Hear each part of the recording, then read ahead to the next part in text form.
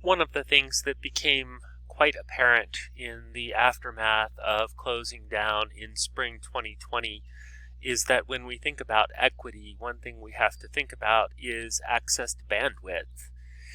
And in the aftermath of that, Daniel Stanford created this and shared this graphic that illustrates how we might think about our use of bandwidth.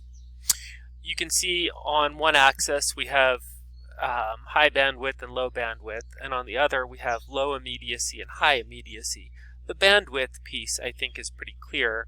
The immediacy piece needs a little bit of explanation. What Stanford is talking about there is the speed with which students need to interact with the material.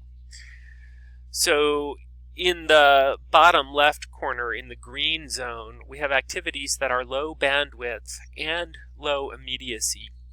They don't eat up a lot of a student's data plan. A student may not even need high-speed internet to be able to access these materials. And they don't require the student to engage immediately. The discussion board or email chain unfolds over time.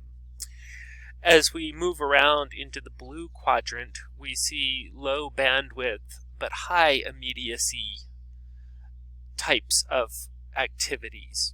A collaborative document like a Google document does not eat up bandwidth or data, but it typically is, if we're working on a document together, something that requires my immediate attention. As we move on into the yellow zone, we have things that do require a great deal of bandwidth, but that are low immediacy. These would be pre-recorded lectures, asynchronous discussions that engage with video.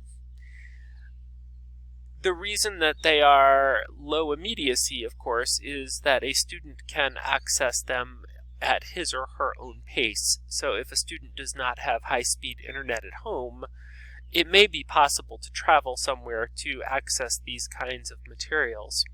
That is not the case for things that are in the red zone, which are both high bandwidth and high immediacy. Live video conferences like Zoom, audio conferences.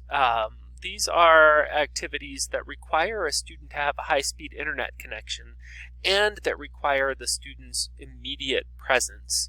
As online teaching resources go, at least when we're talking about bandwidth and flexibility of scheduling, those activities in the red zone are probably the least equitable types of activities that a professor can do.